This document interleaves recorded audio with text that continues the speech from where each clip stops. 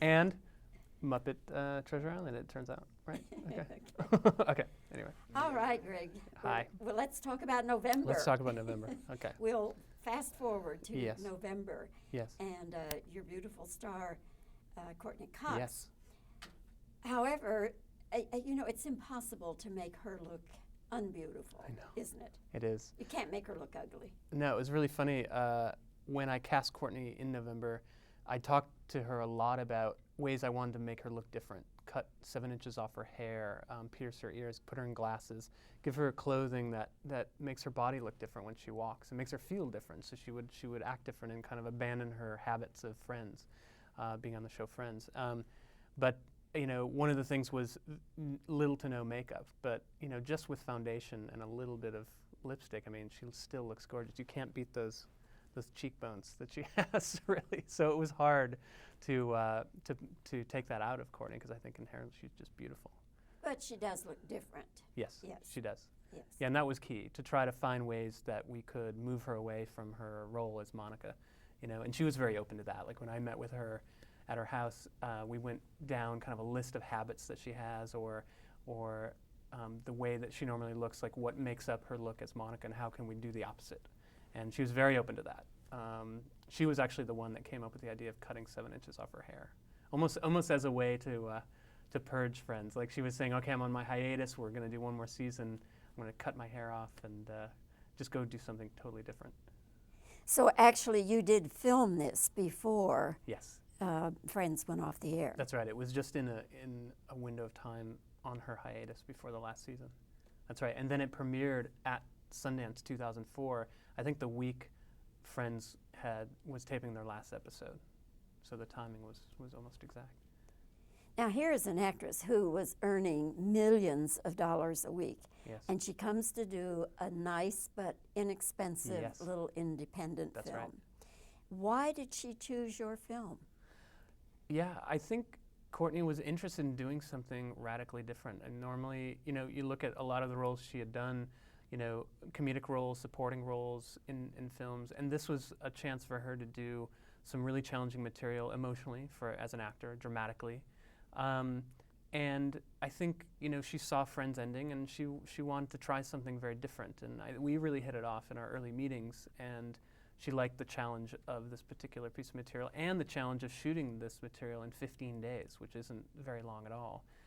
No trailers, 15 days, none of the amenities of the bigger budget movies she's usually on. And I think that affected the way she acted too, the kind of the challenge of that put her in a different place. So all of that, I think, just drew her to a really different experience. And I also think she really made the production possible in the sense that on the set, her spirit, she got the independent movie spirit and really was very friendly with all of the crew. Even it's kind of absurd, but to pay Courtney Cox $100 a day to do a movie it's like giving her a tip, I guess, to do the role. She probably spends that much money a day on Evian water. Right, possibly. But she was an incredible sport about it and really made the movie possible, I think. I am amazed that you could shoot this movie in 15 days. I don't care what you shot it on. Right. Yeah, 15 days was a huge challenge for this movie. We did it for a company out of New York called Indigent, and they've done other movies like Tadpole with Sigourney Weaver, Personal Velocity, Pieces of April with Katie Holmes that came out a year or two ago. And their model is such that you shoot on mini DV and you have 15 days and $150,000 to shoot it. But in exchange, they give the filmmakers total creative control. So it's an environment that filmmakers can go and make movies that might not get made anywhere else, and a place to kind of experiment with material that might not normally get seen. So, yeah, but I don't think I'd want to shoot a movie in 15 days again. Grueling. How many different locations did you have? Well, the script was designed to be low budget, so I think we probably only had 5 main locations. So that was helpful in trying to shoot the movie in 15 days. And we only had, 5 main actors, main characters as well. But I think the big challenge was how can we take these limited resources and still make it feel cinematic? I paid a lot of attention to the framing, the color, the production design, all the elements that often are ignored on lower budget films. We wanted to try to retain. And I think it's mainly because Courtney plays a character named Sophie Jacobs, who's a photographer. And the movie's told through her point of view as she's traumatized by this terrible event of her boyfriend being killed. And so we felt like if it's being told from the perspective of a photographer, it should look really good. And so that was maybe the biggest challenge, how to make the movie look cinematic in 15 days. So you could not shoot in sequence then, could you? Not at all. No, it's funny because the movie has a certain fragmented narrative. It jumps around between flashback and present day. So it's already on the script page, it's already scrambled, but because we're shooting in 15 days, we had to shoot every location out. So all the dining room scenes had to be shot back to back. Those were shot in 6 hours. I think there's 3 scenes in the dining room. Those are shot in 6 hours back to back. And the store where the murder takes place, and we keep returning to the store in slightly different ways, seeing it from a different perspective or being told a different version of the story of the murder. We only had 2 days to shoot everything in the store. So the schedule became even more fractured. So very often it was up to me and my crew to tell Courtney, okay, you're walking through the door and this takes place in this part of the movie. And now you're walking through the door and this is this part of the movie, because we really had to set up a shot, shoot all the angles out of that shot, and then move the camera. It was like a big puzzle trying to put it together. Was it confusing for her as an actress to keep jumping back and forth between what really happened and what she dreamed or perceived happened? Yes, that's right. Well, I think as an actor in the movie, I wanted to keep, how should I say this? As a director, I wanted to keep the actors, particularly Courtney's character, in the dark about exactly where they were, because there was a certain amount of disorientation the character was going through. And I knew what I wanted out of her, and I would just make sure I was getting that, but not try to be too explicit about orienting her, because I felt like that was part of the character. The movie is very much about how she perceives this murder and her process of going through this trauma, kind of accepting this trauma. And so I didn't want to give her too much information. I wanted her to just go through it. And she would often ask me, she'd be confused and she'd raise her hand and have a question, and sometimes I just wouldn't answer her question. And I feel like that maybe affected her performance in a good way. So you felt it wasn't really necessary whether she knew that this is the reality or this is the dreamlike thing. Yeah, because I felt like for her character, part of her struggle is to determine what's real and what's not. But as she's going through it, much like a trauma victim, I think, does, in my research, I was kind of feeling like the thing that's not real feels real at the time. So in a way, as an actor, you're doing the same thing. You're treating each situation as real for the moment. And that's really what I wanted out of her as an actor. Well, it's quite amazing. The whole the whole background of it, Greg, is quite amazing. Let me just look at my notes here a second.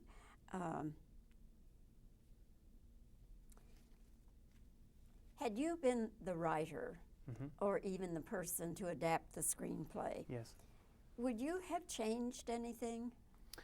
Well, the process of the creation of the screenplay did involve me. It was Ben Brand, who was the screenwriter. He wrote the initial draft and brought it to me, and he and I then collaborated on developing the script.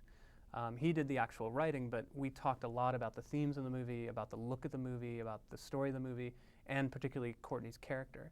So he and I bounced ideas back and forth, and he would go away and write and bring me new script pages. And I feel like that's how I really like to work as a director, is any script that I come to that I'm going to direct, whether I've written it or not, I feel like I want to work through the ideas of the script with the writer. And in a way, I think that puts my fingerprints on the script. And it allows me to develop the visual side of the movie through the script. So the visual approach isn't just laid on top, it's actually developed through the ideas of the script. And I like working with a writer in that way. So I think the answer to your question, would I change anything? I feel like I had the opportunity to develop and make the movie that I wanted to make. I think if there's anything I would change, is it'd be great to make the movie with more time and more money. But ask a director who directed a $40 million movie, he's going to have the same response probably. Never enough time or money. Right. What do you want the audience to walk out of the film feeling or thinking or saying? Well, I think what I loved about November and what I hoped I would give the audience when they watch it is a sense of what it would be like to go through this character's trauma, the fragmentation, the ambiguity. And ultimately, I felt like the theme was perception, how we perceive our own lives through memory, and how that memory can be selective or incomplete. And I feel like that's what I was always balancing, is how ambiguous to make the movie. I always love movies with ambiguity because it lets the audience into the movie, and lets them participate and kind of define the meaning of the movie. And there is a puzzle quality to the movie that has some resolution at the end, but for me that was the least interesting part. The idea that you could create a narrative that would involve the audience in its meaning is much more interesting, and my hope is that they'll walk out intrigued and moved and want to have a discussion about what they thought it meant afterwards. Do you have another project in the works? I do. Yeah, I'm actually writing and directing a project for Warner Independent right now, and it's called The Radioactive Boy Scout. And it's based on a true story of a 16-year-old Boy Scout who, in the process of getting his Eagle Scout badge in Boy Scouts, builds a nuclear reactor in his backyard that's shut down by the government.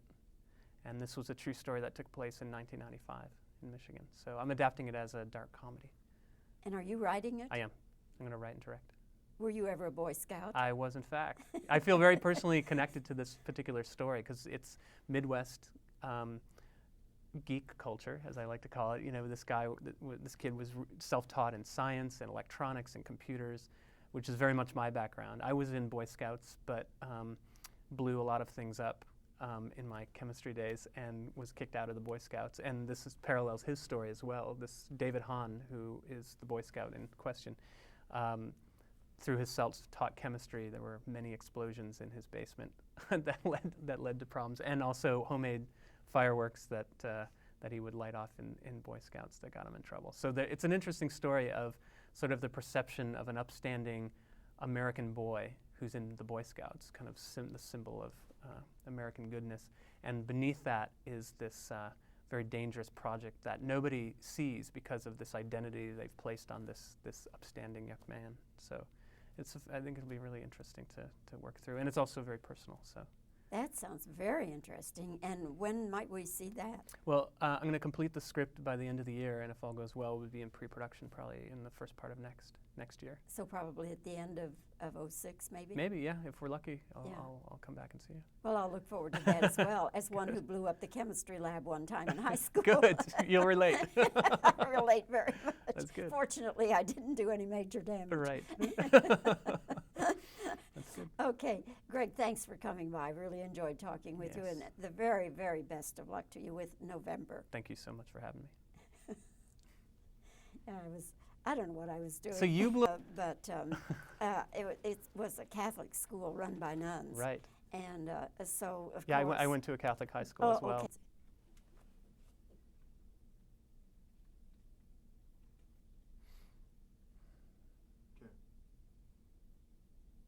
I find it amazing that any movie could be made in 15 days. How did you do that?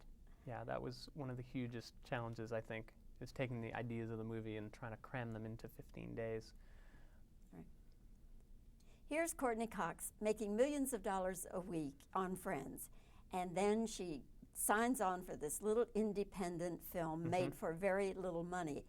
How did that come about? Why did she do it? Right.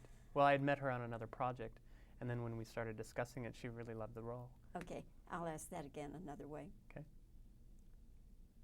Courtney Cox, used to making millions of dollars a week on Friends, why would she decide to do this little inexpensive independent film? Yeah. Well, I had met her on a previous project that I was casting, and we really hit it off, and when the script came up, she really loved the role. Okay. It's impossible to make her look ugly, but she does look different. Now, was that part of the deal? Absolutely. From day one, I was talking to her about redefining her look and redefining her performance. Okay. Let's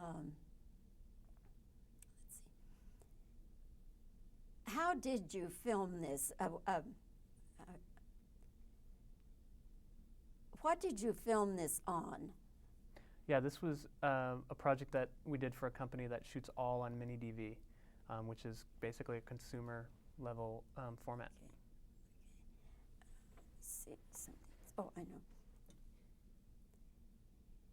Since the story goes from reality to perceived reality, how did you keep Courtney from getting confused? Well, the confusion was actually a great thing to use with her performance. Oftentimes I wouldn't answer her questions. Was Courtney often confused about whether it was the real thing or the perceived reality? Yeah, I mean, she'd often ask me about that, but I didn't want her to be too sure because I wanted her to treat everything as the truth, performance-wise. All right, let's see.